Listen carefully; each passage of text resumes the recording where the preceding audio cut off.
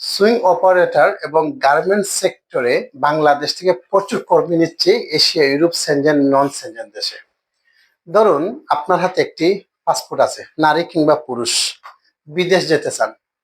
প্রশ্ন একটা, কোন দেশে যাওয়া যায়? বর্তমানে বাংলাদেশ থেকে কোন কাজের উপরে কর্মী নিচ্ছে বিদেশে? তাহলে আপনাকে আমি বলবো, সুইং অপারেটর এবং গার্মেন্টস সেক্টরে বিভিন্ন দেশে কিন্তু কর্মীর চাহিদাটা বেশি। আপনি যদি গার্মেন্টস সেক্টরে কাজ জানেন তাহলে যেতে পারেন আপনার স্বপ্নের দেশে। বিদেশ যাওয়ার আগে আপনার সর্বপ্রথম যেটা, আপনার বাজেট কত, কোন বাজেটের উপরে কোন দেশে যাওয়া যায় সে ব্যাপারে ধারণা দেওয়ার চেষ্টা করব। মাদার পরিয়া ট্রাভেল থেকে, সাথে আছে আমি শাহাবুদ্দিন শিহাব। আপনি যদি প্রশ্ন করেন বর্তমানে কোন কোন দেশে গার্মেন্টস সেক্টরে লোক নিচ্ছে, তাহলে আমি সর্বপ্রথম বলবো কিরগিজস্তান, মিশর, দুবাই এবং জর্দান। নন সেনজেন দেশে আলবেনিয়া, সেনজেন দেশে হচ্ছে বুলগেরিয়া। সব দেশেই কিন্তু মোটামুটি সুইং অপারেটর গার্মেন্টস সেক্টরে লোক নিচ্ছে।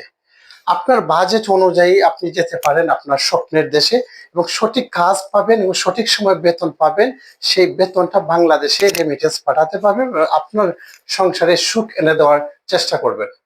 কারণ আপনার কাজ হচ্ছে সঠিক একটা জায়গা খুঁজে বার করা, যেখানের মধ্যে তৃতীয় পক্ষ ছাড়া, কোনো মাধ্যম ছাড়া সরাসরি একটা ট্রাভেলসে গিয়ে আপনার পাসপোর্টটা জমা রাখবেন এবং পাসপোর্ট জমা রাখার সাথে সাথে আপনি পাসপোর্ট জমার ওষুধ নেবেন। আর যদি জামানত রাখেন, সরাসরি যে ট্রাভেলসে যাবেন ওই ট্রাভেলসের চেয়ারম্যানের সাথে দেখা করবেন এবং যারা মার্কেটিং ম্যানেজার আছে তাদের সাথে যোগাযোগ করে সঠিক রাস্তা খুঁজে নেবেন। অনেকে আমাকে ফোন করে বলে যে অমুক দেশে রেট কত। এই রেটটা ফ্যাক্ট না। যদি আমি বলি অমুক দেশে রেট হচ্ছে 1,00,000 টাকা, তাহলে আপনি ঝাঁপিয়ে পড়বেন সেখানে। সে 1,00,000 টাকা কি আপনার কাছে কোনো মূল্যবান না? আসলে রেটটার আগে আপনার যাচাই করতে হবে যে কার কাছে আপনার স্বপ্নটা তুলে দিচ্ছেন, তার অতীত কি, সে বর্তমানে কতটুকু কাজ করতেছে, অতীতে ওই দেশে কাজ করছে কিনা। অনেক ব্যাংকের ছাত্র মতো অনেক ট্রাভেলস আছে, সবাই যে খারাপ আমি তা বলবো না। অনেক মানুষে কিন্তু মানুষের স্বপ্ন নিয়ে ছিনিমিনি খেলে। একটা পাসপোর্ট যখন আপনার কাছ থেকে সে নেবে, সে আপনাকে 3 মাসের কথাই বলবে সাধারণত। দেখা যায় 3 মাস পরে কিন্তু সে বলতেছে যে আরো একটু সময় দাও। এভাবে করতে করতে 1 বছর পরে আপনার টাকা এবং পাসপোর্ট ফেরত দিলেও আপনার যে মহা মূল্যবান সময়গুলো সে ফেরত দিতে পারে না। এই জন্য আমাদের ট্রাভেল এজেন্সির সাথে যারা জড়িত, যারা বিদেশগামী যাত্রীদেরকে বিদেশ পাঠানোর সহযোগিতা করে, তারা যেমন একটু সতর্ক থাকতে হবে, ঠিক যাত্রীরা ততটুকু সতর্ক থাকতে হবে। যাত্রীদের যে সমস্যাটা হয়, তারা ফেসবুক থেকে বুস্ট মারা, পোস্ট থেকে নাম্বার নিয়ে বিভিন্ন মানুষের সাথে যোগাযোগ করে লোভনীয় অফার, যেটা যেটা অল্প টাকার কথা শুনে সেখানে কিন্তু ঝাঁপিয়ে পড়ে। আর যারা সরাসরি আমরা ট্রাভেলস এর সাথে যারা জড়িত আমাদের সাথে যোগাযোগ করে, তখন আমরা যখন রেটটা বলি তখন এই রেটটা তার পছন্দ হয় না, কারণ এই রেটটা ছিল একদম এইচডি একদম ক্লিয়ার। কিন্তু যারা মাধ্যম, তারা কিন্তু এটার একটু কম রেট বলে যাতে আপনার আকর্ষণটা থাকে এবং আপনি তার সাথে যোগাযোগ করতে পারেন। সেই ক্ষেত্রে কিন্তু তারাই বেশি পাসপোর্ট পাসপোর্ট পায়। অনেক রিক্রুটিং লাইসেন্সদারি অফিস আছে যে তারা কাজ খুঁজে পাচ্ছে না। অনেকে আবার ট্রেড লাইসেন্স নিয়ে কাজ করতেছে কিন্তু তাদের কাজের অভাব নাই। এর আগে গ্রাম পর্যায়ে যারা কাজ করে তাদের কাছে প্রচুর পাসপোর্ট। এগুলো সম্পূর্ণ জিনিস হচ্ছে লোভনীয়। লোভ থেকে প্রত্যেক মানুষ প্রত্যেক কাজের হেফাজত থাকতে হবে।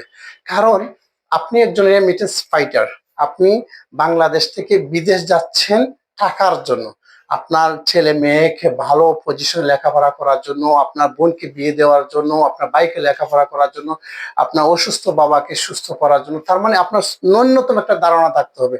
যদি বিদেশ যেতে গিয়ে আপনার মূল্যবান সময়টা নষ্ট হয় তাহলে সময় কিন্তু পাবেন না। এই জন্য সঠিক জায়গায় সঠিক পন্থায় আপনার পাসপোর্টটি সংগ্রহ করবেন।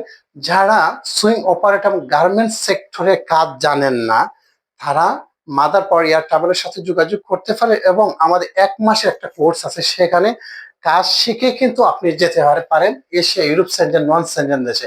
অনেক বোনেরা আমাকে প্রশ্ন করে যে বোনেরা বিদেশ যেতে, অর্থাৎ নারীরা বিদেশ যেতে নাকি টাকা লাগে না, মানে পুরুষ আর নারীর তফাৎটা তারা বের করে। একমাত্র খাদ্দামা ভিসা ব্যতীত একজন নারী এবং পুরুষ উভয়ের জন্য সমান, আমার ব্যক্তিগত ধারণা। মাদার পরিয়া ট্রাভেল থেকে, সাথে ছিলাম শাহাবুদ্দিন শিহাব। যোগাযোগ করতে পারেন স্ক্রিনে দেওয়ার নাম্বারে।